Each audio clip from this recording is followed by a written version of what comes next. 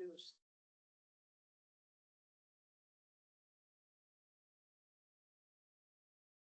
Talk about the ends, Wanna if she's gonna take her a while. change the batting order? We can do that, and then Change the batting I order. would like to change the batting. Change the batting. Change the batting order. Is that, if that's allowed? That's Why allowed? not? They do it Okay. all the time. So, well, okay, and then when she comes, we may stop the discussion. Yeah. Where she is, okay. I'd like to call to order the Service and Utilities Committee meeting of University Heights. Today is Tuesday, September 2nd at 6 o'clock. I'd like to acknowledge who is here, committee members, John Rock, Councilman John Rock, pro tempore, Councilwoman Wynn Weiser, Councilman Chris Cooney, and council members Brian King, Vice Mayor Michelle Weiss, Councilwoman Therese Marshall.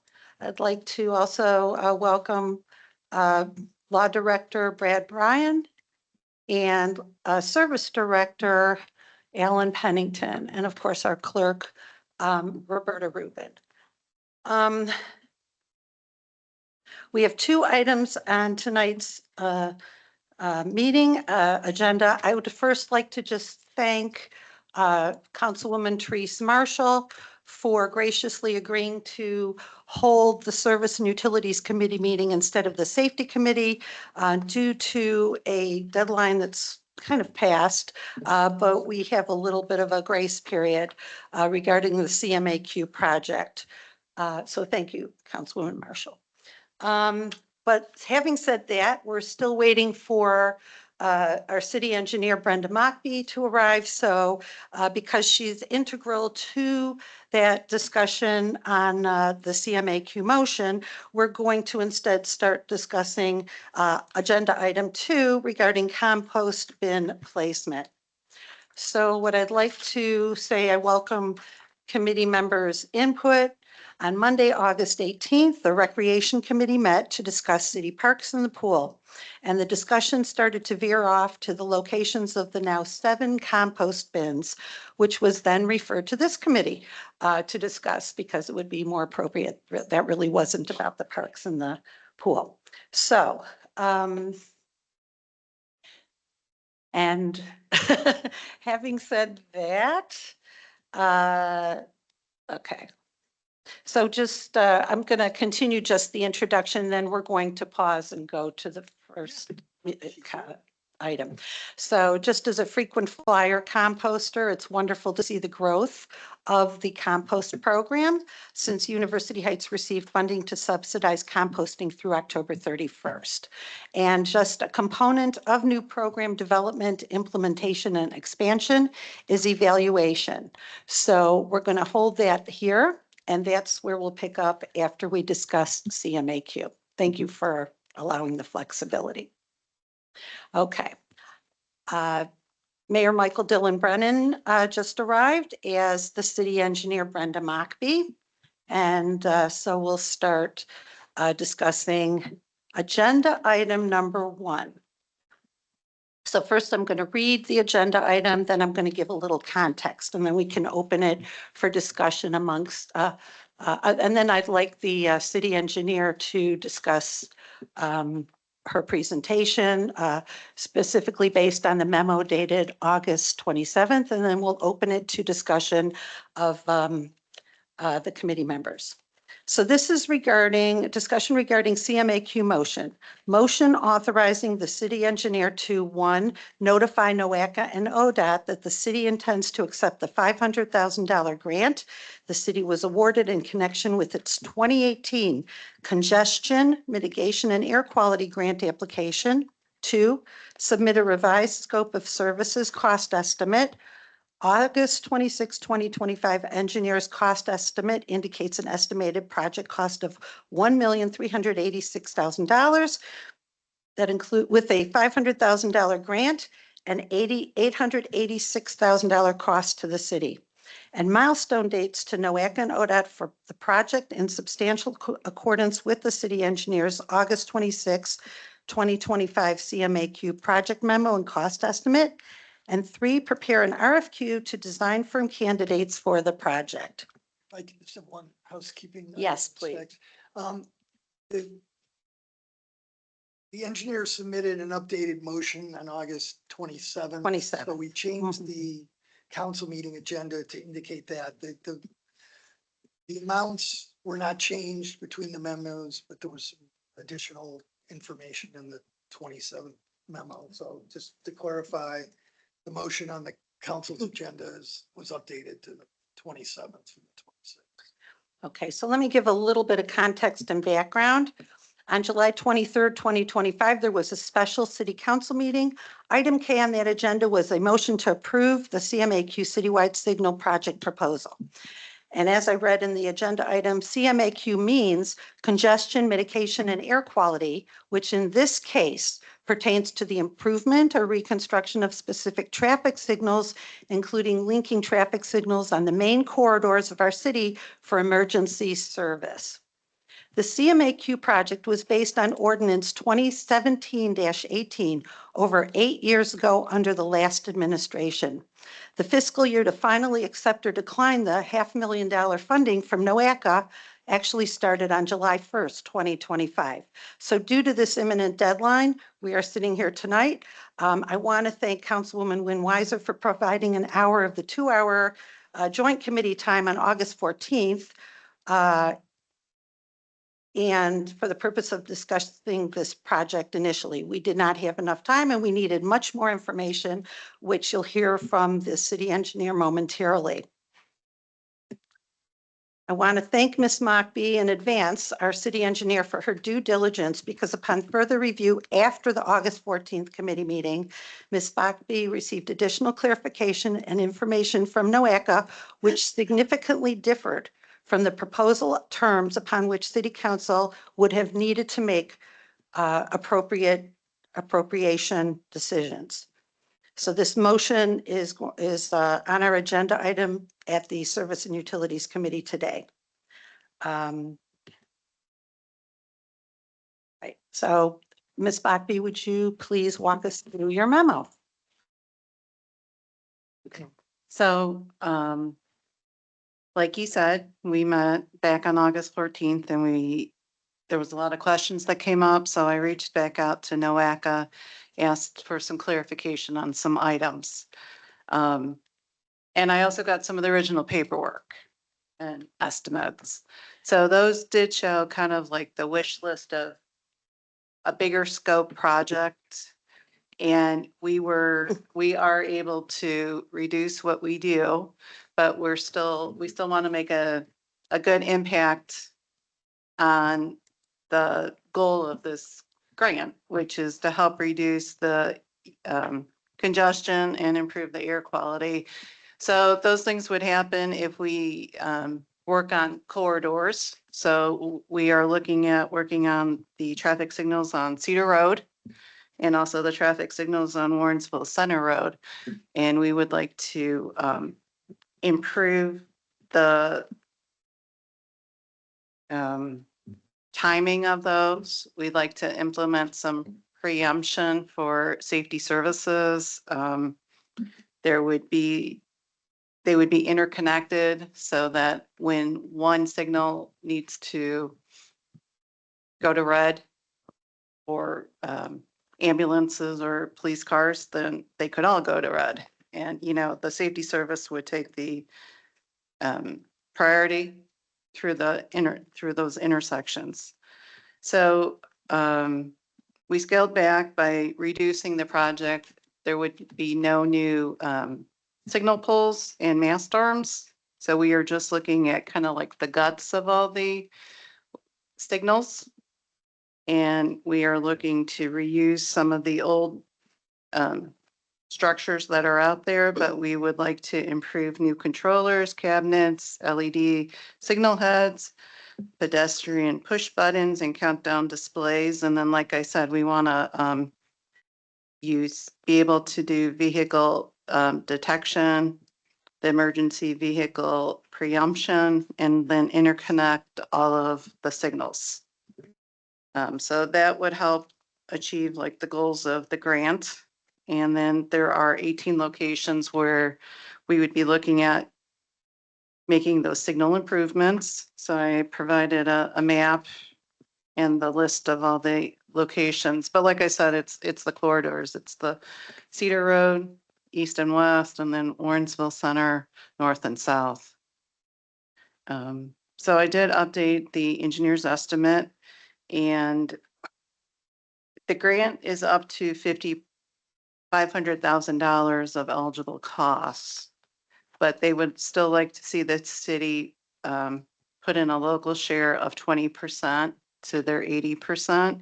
And then there could be some cost that is totally ineligible and would be 100% local cost. So I tried to represent that in the engineer's estimate there, showing how the breakdown might happen. And then by improving the signals and the pedestrian push buttons and countdown displays, that would also kind of trigger some of the curb ramps to be up to date, to make sure that they're ADA accessible. So an improvement like that would be 100% on the city. And I think we would we would max out our CMAQ funding, and then the city would still have a portion of that they would be responsible for. And then, like you said, we're a little bit behind the 8 ball because ideally they would like to see this project go to construction July 1st of 2026. But if not, then you have a year from then that you could go to construction. So our construction season would have to start somewhere between July 1st, 2026 to June 30th, 2027. Doesn't have to be completed within that time frame, but we have to be under construction. So we should be in our design phase of this project. So I want to thank you very much for getting the original grant, which is always where we need to start with these things. If looking at what was prepared before understanding that on July 23rd, that had a price tag of over $2.5 million. But with the added information and the due diligence, and I want to thank the committee for coming a couple of times over the summer to talk about this, we see that the true price cost will be almost 1.4 million, or almost not quite half, but that's the value and the beauty of discussing it openly in committee. Thank you very much to all of you who have come to help us really understand what the appropriation would be. Do I have any comments from our committee? Ms. Weiser, Councilwoman Weiser. Couple of questions. If I understood from the original discussion at council, this is a grant we also can go back to and apply again. Is that correct? It's every 2 years, it opens. Okay. So I believe this year, 2025 was a year that applications were due. So the next year would be 2027. Okay. And number two, we're having work done on Warrensville Center, where we already have a grant for Warrensville Center. When is that due? That's coming up in 2026 or 2027? The construction on Warrensville Center and University Heights is in construction season 2027. 2027. Mm-hmm. Is there a way to actually build in the signals with that for the Warrensville Center section of this and allow us to concentrate on the Cedar Road section? That, because it seems logical if we're going to do, I think we talked about repaving, and there's going to be some striping, and we're taking out that concrete thing in the middle and stuff like that for Warrensville. It seems to me all of Warrensville, along with the signals, would just sort of all fit together. So I don't know, and I'm asking your opinion. I think the funding on Warrensville Center Road, separate from this project. I realize Um, it's separate, but We could try to coordinate the construction of the two things. That's what you're asking about, if they. could- yeah, Yeah, because we're taking very close to 900,000 out of the 2026 budget. If we pass this, it is a lot more palatable to me than taking 2 million out of the 2026 budget. Because I assume, as you've promised previously, we will finally have that list of streets along with the report, the full report on them this month. Is that yes, correct? yes. Okay. And I think that has the potential for us to have to make some serious decisions for the 2027 budget. So it's not just oh, good, we've got $886,000, let's spend it. As it is, it's also going to come up against a competing need. I understand both of these are needs, and I'm not philosophically against either one of them. But we're entering budget time where all of that stuff finally becomes concrete. And until it becomes concrete, how much we want to commit, I think can be problematic. That's all. I think so we have to keep in mind, our fiscal year is January 1 to December 31st, and the construction would be their fiscal year, which is July 1 through June 30th of the following year. So keep in mind, what we approve could be construction in 2026 and or 2027 budget. But it has to be budgeted. and I money understand. Has to be Mhm. appropriated, which means that cannot be used for something else. Mhm. Vice Mayor. Yeah, thank you. Thank you, Ms. Markby. Do they need any kind of deposit? No. So only when it's completed, do they? Yeah, so I believe what you'll be responsible for, the city will be responsible for the engineering design cost. So if you're looking at what you need to appropriate for next year, would definitely be the design cost. And then I know you have a lump sum of construction, but are you going to be constructing like the whole project in 26? I'm not sure if it's going to be ready to be constructed all in 26. So the construction cost could be like the following year then. And then for construction, I think the way construction works is after there's a contractor who is, Identify. yeah, and you have a contract with that contractor, then He'll send periodic invoices. yes.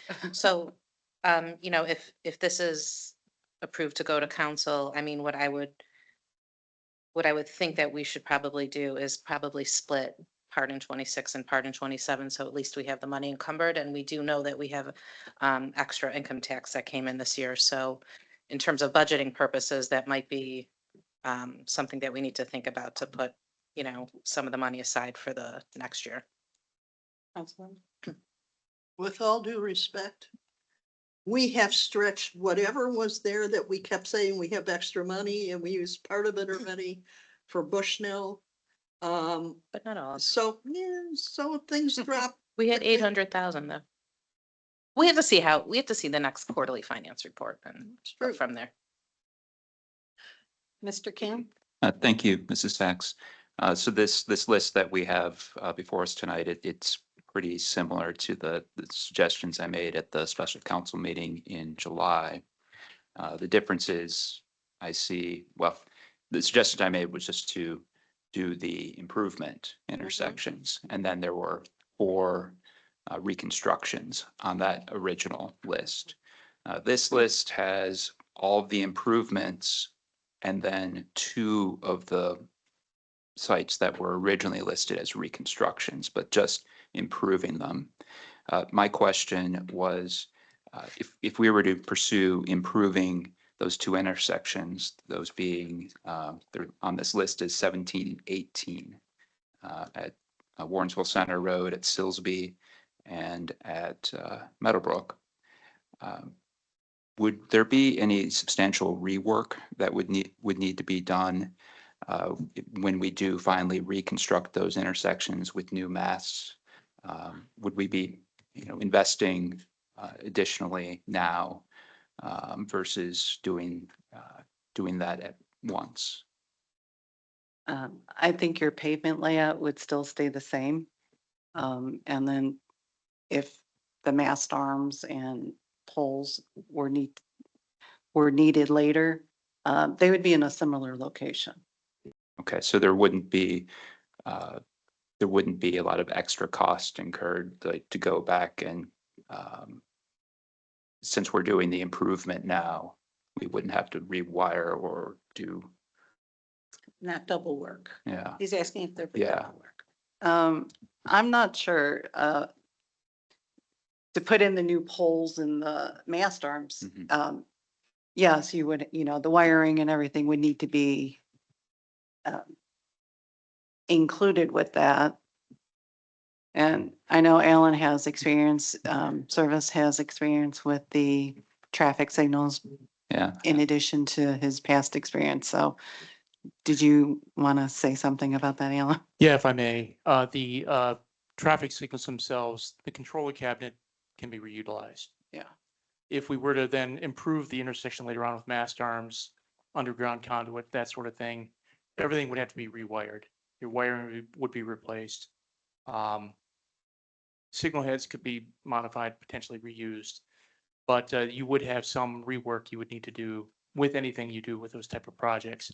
However, having that controller in place, as long as there's adequate conduit going into the base of that controller, you would have enough to operate that signal using the existing controller. Just running new conduit from the adjacent pole box. any idea what estimate how much rework would need to be done dollar wise, or that's It would all depend upon how much wiring was actually Okay. involved with the individual signal, because you would have to then rerun the wiring from the controller cabinet to the individual signal heads. That would be your biggest cost to rework. Okay. From the standpoint of what you'd have to dispose of and reuse or redesign. okay. Thank you. Any other questions or comments for Ms. Mockbee?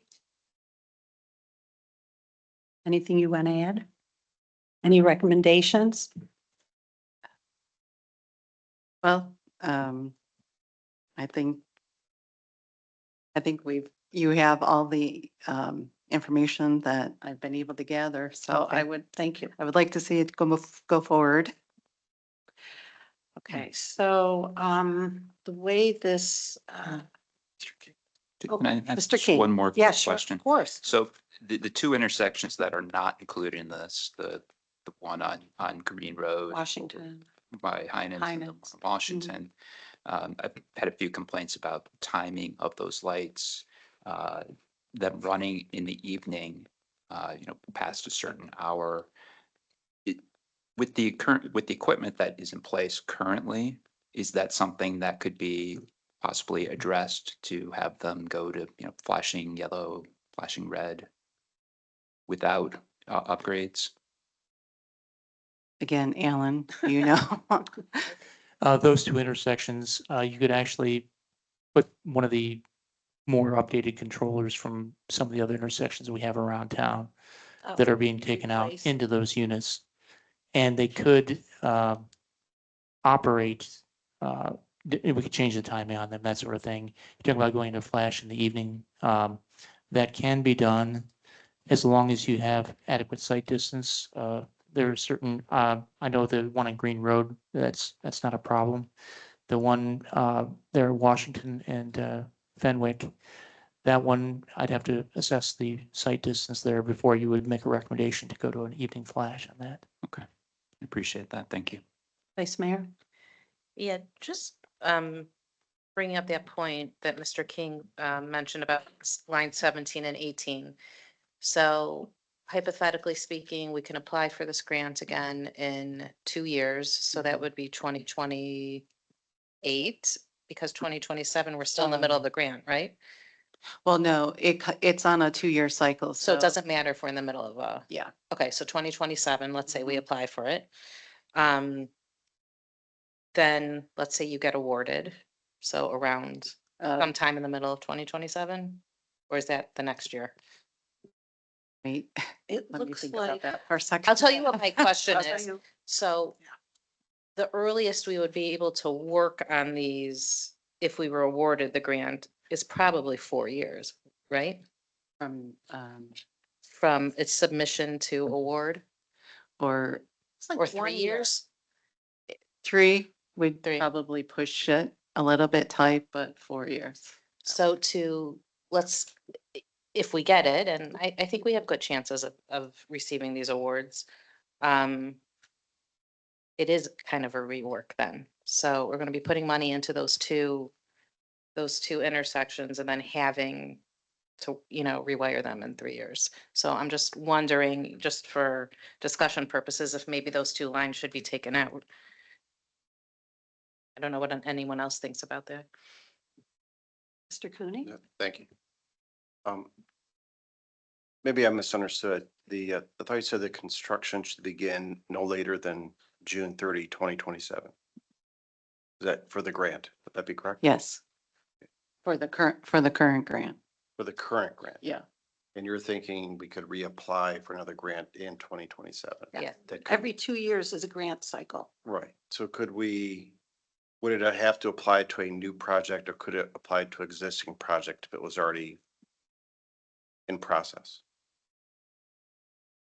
Well, I think it would be considered a separate project Yeah, because we something. have all of the, we have other intersections that are not. For And the, and don't forget, those were total reconstruction, Right. $175,000. right. Okay, so it's Yeah. different. Yeah, I'm just making sure that I'm understanding it correctly. It would be a separate project, not considered part of the original project, because we're reducing the scope of the project, right?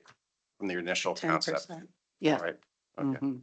And so we could, in theory, hypothetically, if we were to reapply in 2027 and get a grant, it could be for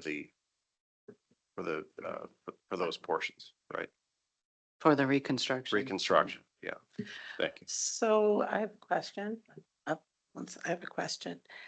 If we excluded 17 and 18, would we still be entitled to the $500,000 grant? Or would that be somehow prorated, for lack of a better word? I think it would be really close. So if you just took off, the, 150,000? or well, 17 and 18, Uh-huh. I think you might still max out I mean, Great. this is still my best guess as far Yeah. as what's eligible and what's ineligible, or what, is the 20%. So you may be able to pick up a little bit more of eligible costs if, something is a little higher or needs another additional item is added to one of these other intersections. And again, from the number 17 Warrensville Center and Silsby, we're redoing our facilities. We'll see how that looks, that whole corner. And number 18 Warrensville and Meadowbrook, well, it's getting closer to John Carroll. I'm not sure how that's going to look. And so there may be a different way of even looking at those two. I don't know. Mr. Pennington. If I may, with the congestion mitigation and air quality funding pot that you look at, anything that would be applied for in 2027, most likely to become available first in about 2031. As they're typically about a 4-year lead time on the funding actually becoming programmed and available by NOACA and ODOT. So you will have some delay in that from that standpoint. And also just to caution, as this is a congestion mitigation air quality project, you really have to look at corridors. Yeah, I was gonna. When you're doing things, because your eligibility will be determined on benefit to a corridor. And that's where, if you're only going to do a portion of the project, you're probably not going to be eligible for just 2 intersections later on. So to have a discussion about that, because I was wondering about that. On the one hand, we've already been awarded that corridor, and if we do portion of it, we'd have that award. On the other hand, maybe we need to do the entire corridor, because that's kind of the point of the emergency vehicle, signal, the usage of the signals for Cedar and Warrensville, not necessarily for Fenwick or the one on Green, isolated. So to that point, the other is, I guess that's the main point. Okay, Ms. Sachs? yes, Mr. Cooney. Chief Perko, can I ask you a question?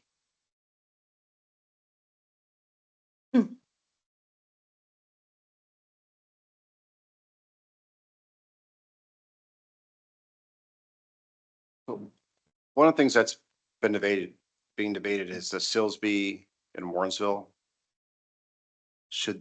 That's where the fire station is. Or should that be included as we're looking at, improving the traffic signals for first responders? Should that be included? Because essentially that's your entryway to the city. Yeah, we'd refer to the memo that I issued out at the last committee meeting that identified the safety hazards there and the concern, just for consideration in the grand scope of this project. It's an issue that is there present to today. And future facilities are somewhat unknown. So as you're planning with this project and any future grant related to it, it's definitely an area that somebody should analyze and take into consideration. Great, thank you. And to your point, I think it's true for police as well. We talked about, what was that, preemptive advantage, to be able to take advantage of that in a more strategic way. I don't mean to leave you out, Chief Rogers. The preemption for sure is I can't leave him out. for public safety. But were you referring, Mr. Cooney, to the intersection itself with having an additional traffic light to the west of the City Hall apron that times with that intersection? Yeah, it's the way it's listed in the memo, is Warrensville. Bring it up here, Warrensville Center Road, and Silsbee Road. And that's what I'm looking at, and also in the diagram as to where it's located. So that's what I'm referring to. Yeah, we had an analysis done about 8 years ago and provided some quotes through the years on an analysis of that. Totally disconnected from the preemption, just a matter of an additional mast pole with an additional light to the west of the apron on Silsbee to time with that intersection light and block out traffic accordingly going north-south on Warrensville. So you would favor having that included? Yes. Right. Again, I don't understand the fundamentals of how that would work, and if it ties in with the preemption, I assume it would. I would refer to the Brenda Allen or a traffic engineer. Okay, thank you, Chief. Thanks. Vice Mayor.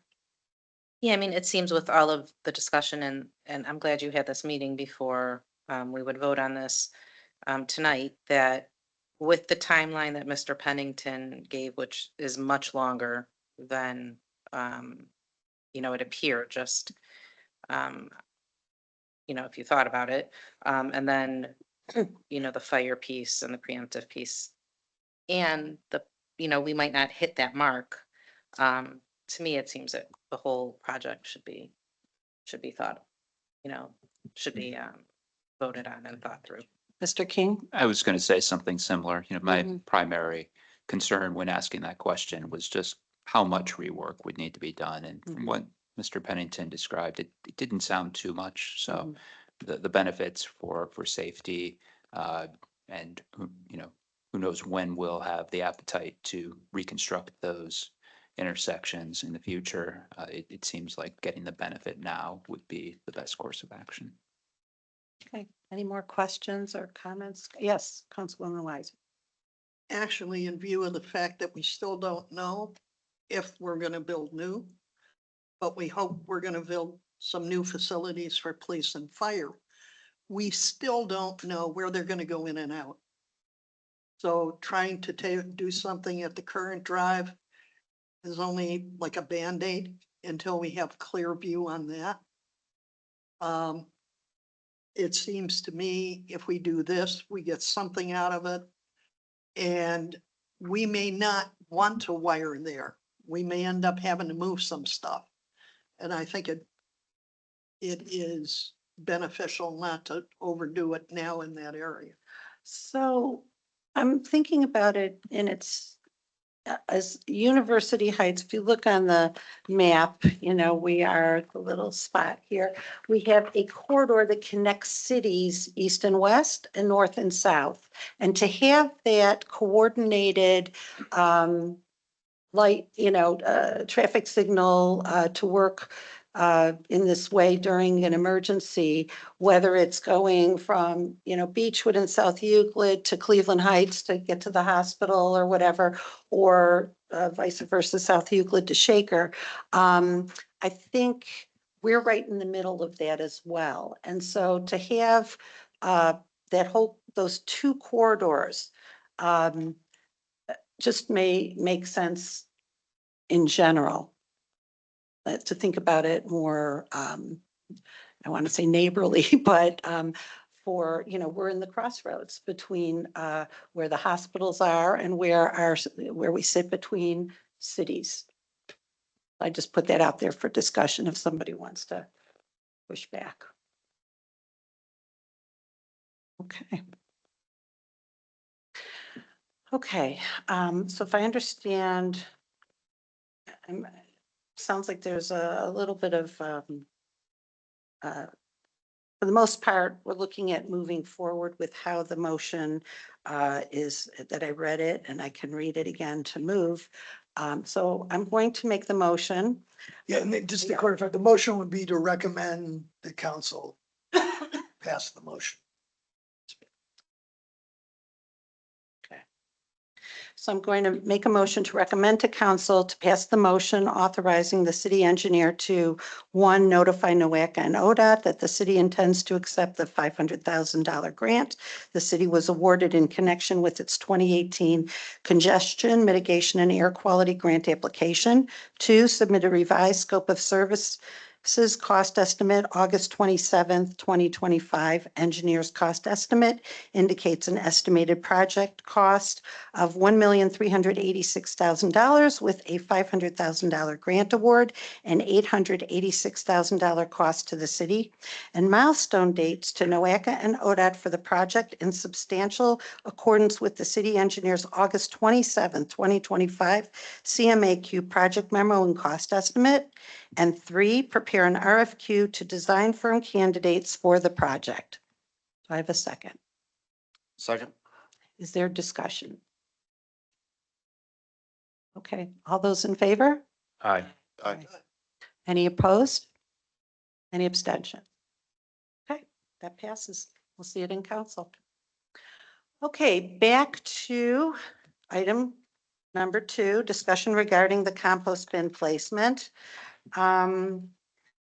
So again, just a component of any new program development, implementation, and expansion is evaluation. So we're kind of discussing this as a kind of midway point. It may make the most sense to have a final discussion about this after we get a report from Rust Belt Riders after October 31st, when the subsidy or grant ends. But there was some interest in starting to discuss this, especially during this season, when we've gone from a couple of bins to 7, all in a row. I know I've been there days in a row deliberately and opened all the bins just to see how full they were, what the condition of the, forgive me, maggots, flies, pests, talk to people at the park different times of the day. to see what they thought because they walk. And most of the comments were about odor, about animals, about that type of thing. I had one or two people who said it didn't bother them. So I'm just curious if, well, since it was referred from the Recreation Committee, I thought to give, respect, to just see if anyone has anything to add at this kind of midpoint. Councilwoman Weiser. Think we need to.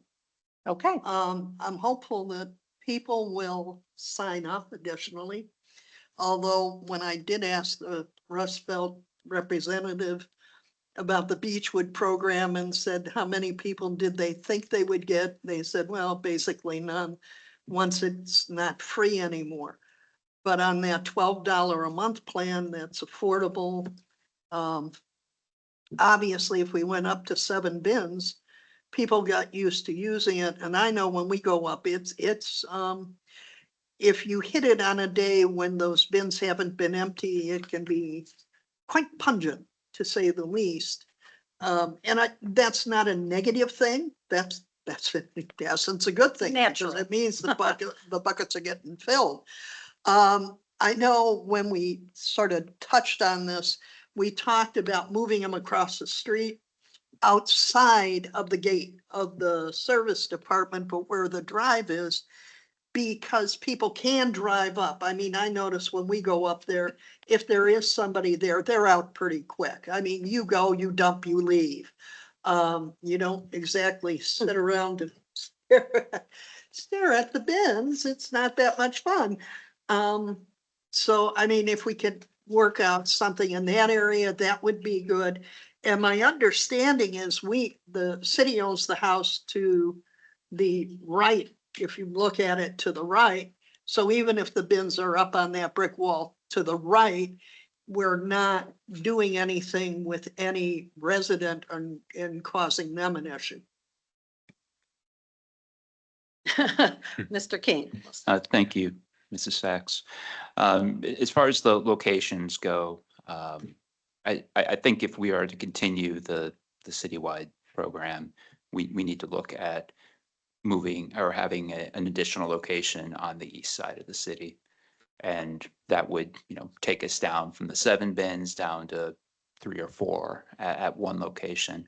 But in regard to having that western location, west of Warrensville Center Road location, be at the park or versus the service yard, we're talking about driving there, but there are people who walk there, including myself, to not add more road miles to our streets. Moving it across to the service yard makes it less convenient for people who are walking their bins over there. I also think it makes it more visible there. I think the visibility of having the bins there is a advertisement for Rust Belt riders to be or to participate in the program. So when we were originally discussing Rust Belt riders, the beginning of 2022, when I contacted them and connected them with the city, the excitement was around having it at a park like Walter Stinson Park. So I would just really regret it moving to a less accessible location, a lot more out of the way location. I think reducing the number of having a second location within the city and therefore reducing the bins from 7 down to where it was last year, 3 or 4. I think that could be a good compromise. Vice Mayor. Yeah, thank you. So I hope that the people that are utilizing it now continue. I do think that if it does continue to this extent in terms of numbers, we should consider splitting somehow so more people can walk instead of drive, possibly in the parking lot of Purvis and then the Walt. So in terms of the Walt, I am there frequently too and speak to a lot of walkers and especially dog walkers. And they have actually asked to have it just moved right across the street. I don't think it would be an inconvenience. I think it would help the odor, and also people who are walking their dogs are saying they have a hard time controlling their dogs because they want to go right to the bins.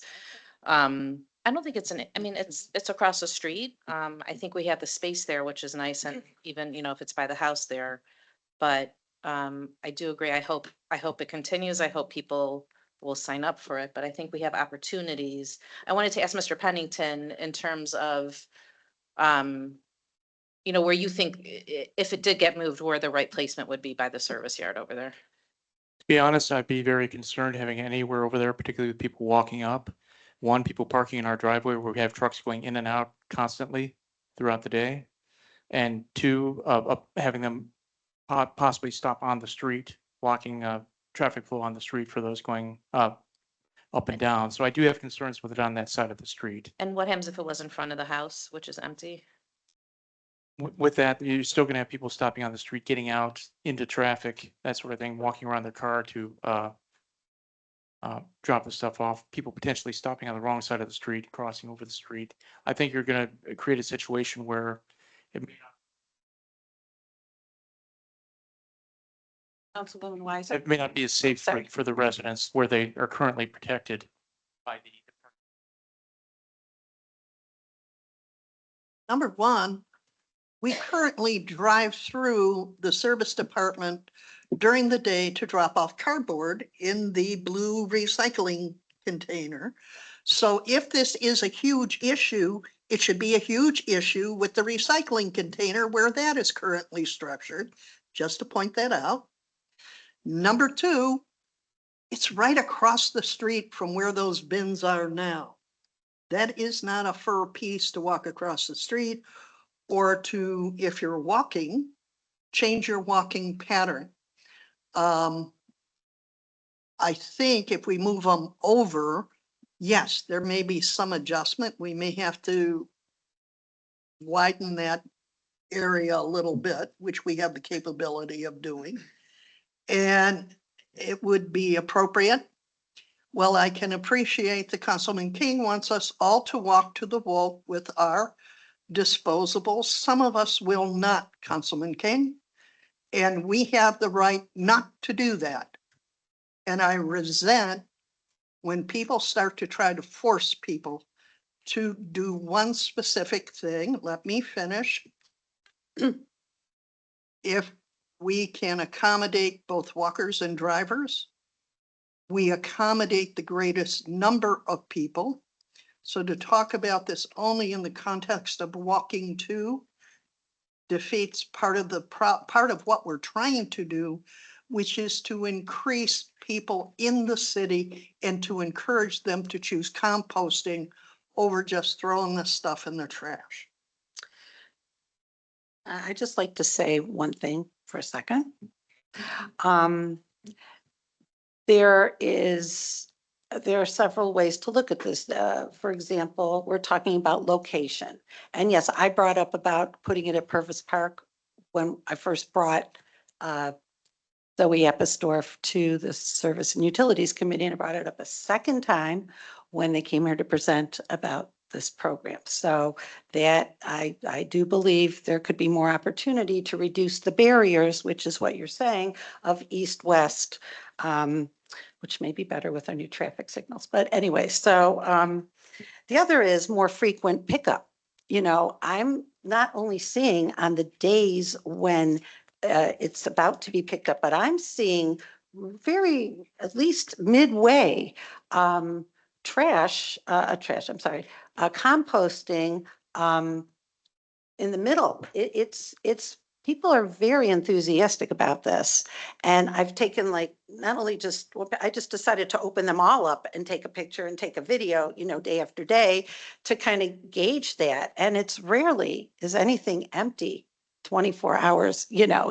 People are very, for lack of a better word, enthusiastic and participatory. So, Mr. King? I'll be brief. I just want to emphasize that I don't want to force anyone to do anything. I just believe that moving the location across the street makes it more difficult for pedestrians, and looking at on a map, I think it makes it more difficult driving as well. So thanks. Let me just clarify. So you're saying as opposed to driving up or walking up through the park? It's almost like a drive-through right now. I mean, if you put it across the street, you're kind of going into a driveway, and then you'd have to back out onto the street. So it sounds like for It doesn't driving, look not like walking. it doesn't look like as good of a workflow even for driving personally. Mr. Rock? I just have a question. Maybe Yes. you could enlighten me from your experience, because I've actually gone to the wall with you before and you showed me how it was done. And now that there's more cans, I'm curious to know, are the cans still all locked? So, except the middle one. I Okay. don't know, am I allowed to say that? But, yeah, they are. And those locks are just so much fun to open. So I guess I'm curious They're because temperamental. if there's 7 cans, The middle one's just a carabiner, is it? it's a what? Carabiner? I'm not sure how to, carab the The clippy latch, thing, the big like a clippy latch. thing. Carabiner? Oh, I okay. have one on my. So I'm just curious then, so if someone were to come, there's 7 cans in a row. If one's full, they go to the next can, correct? But they have to, Could be, yes. Are they it's usually- hard to open them past the ends. It's a little, you've got to reach over and pull it up. Hope it doesn't fall back on you, with all kinds of fun things in there, living things. But it's chill. People really want to do it. yeah, They're yeah. really participating. And that's exciting. So I guess where I'm going with that is, does it make sense to have 7 in a row versus what Mr. King Split 'em up. proposed, 4 somewhere and 3 some, oh, I see. Gotcha. Exhibit A. Does it make sense to have 7 in a row versus 4 and 3? Split- Because like I said, if 6 are full and you've gone through the first 6, It's gonna be weird if I pull up to the Walt and I'm expecting to park my car, it's raining a little bit or something, and I open and this one's full and this one's full, and then I'm gonna go now across the street. So they can't be, I don't know. It might be a little awkward to have them that close to each other. We Right. pick one place on the west, one place on the east, or some other place. So that I think would be hazardous to kind of go back and forth. gotcha. Because you don't know, it's not like you can see the gauge on. what's- Right, there's no No. you full have to sign kinda- or anything. There's not No, like, No, okay. Mr. Cooney. Thank you. I'm glad to see the program is doing well. I understand Mr. King trying to, everything's in one part of the city, can we get it to another?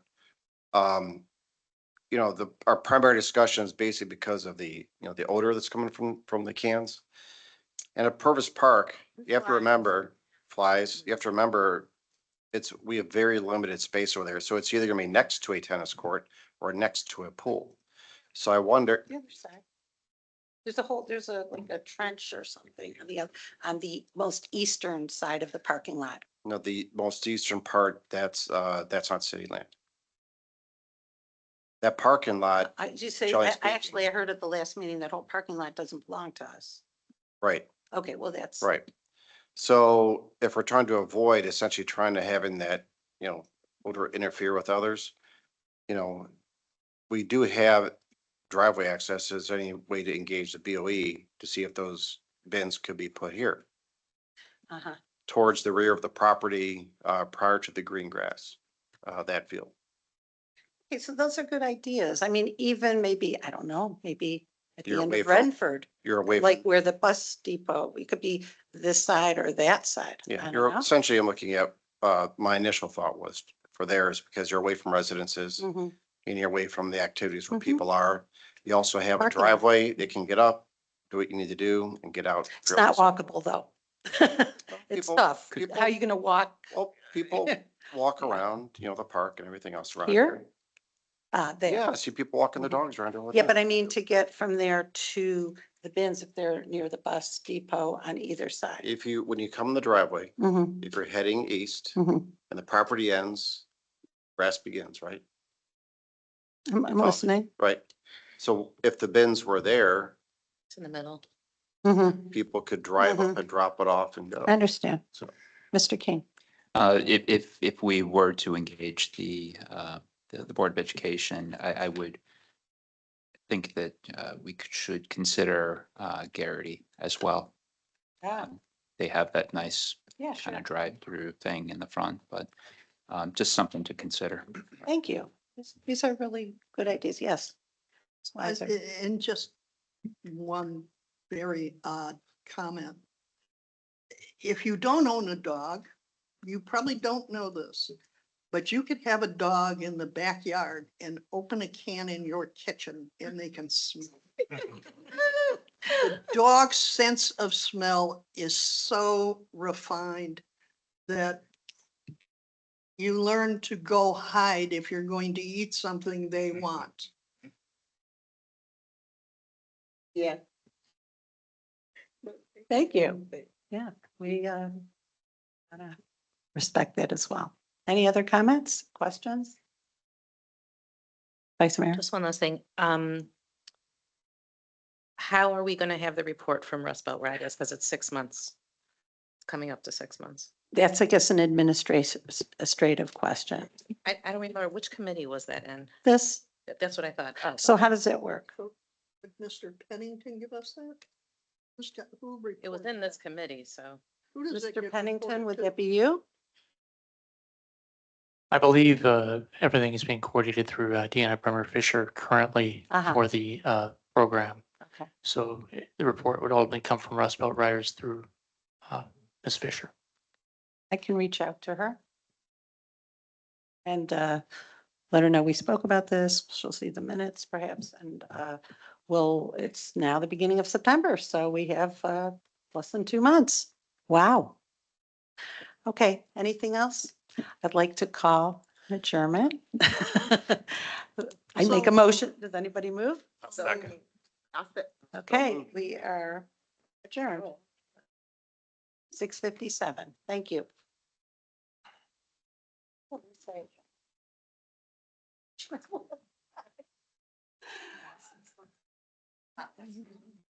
Thank you, Brad.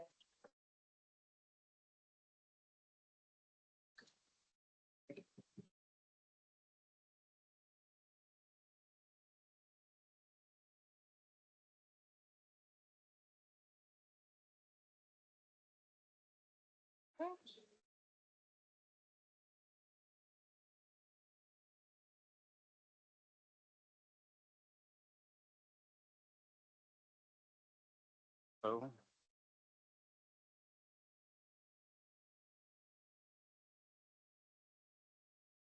Anything for you? Yeah.